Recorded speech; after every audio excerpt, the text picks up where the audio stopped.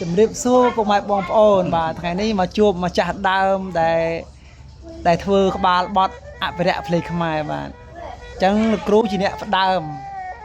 ក្បាលវាបត់អភិរក្សភ្លេងខ្មែរគ្រូអ្នកធ្វើភ្លេងក្បាលបត់អភិរក្សភ្លេងខ្មែរបាទអញ្ចឹងសូមលោកគ្រូលេងបាទបត់ឡើងវិញតាគ្រូតាលេងក្បាលសិនខ្ញុំឲ្យលេងទៅក្រោយតា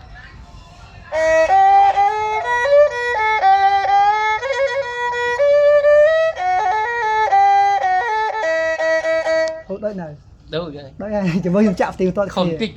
អើដល់ខ້ອຍឲ្យដូចតាមម្ដងទៀត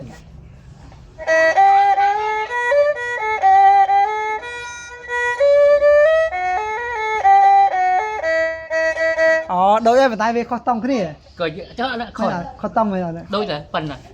តង់ប៉ុនគ្នាប៉ុណ្នេះតាឥឡូវថាត្រូវចាឥឡូវយើងឲ្យគ្រូគាត់មកចាប់ឲ្យតាគ្រូតាចាប់ដើម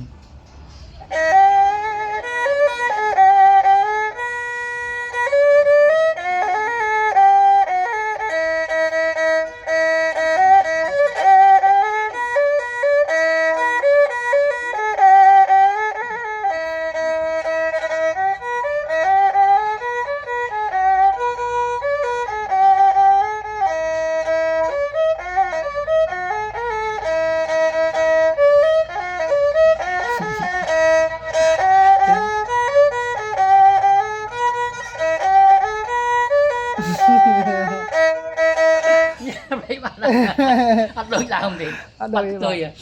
សារគ្រូអត់បានស្ដាប់បាទបាត់នេះខានយូរពេកអត្តន័យបងប្អូនអត្តន័យអ្នកចម្រៀងនឹងឈៀងបន្តទៀតនៅខាងអ្នកចម្រៀងបាទដៃបាទអញ្ចឹងคลายហើយបាទទីគាត់នឹង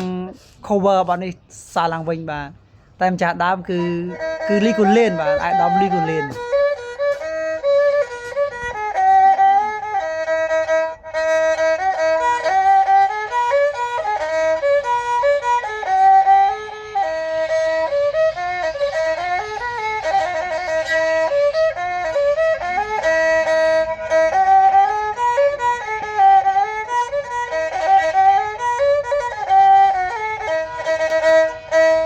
ចូលក្បាលវិញភ្លេចកស៊ុយបាត់តែ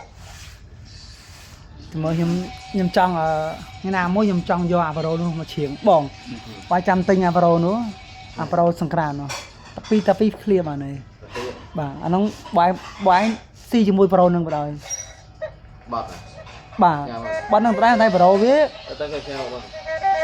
នៅចាំខ្ញុំផ្ញើឲ្យបងឯង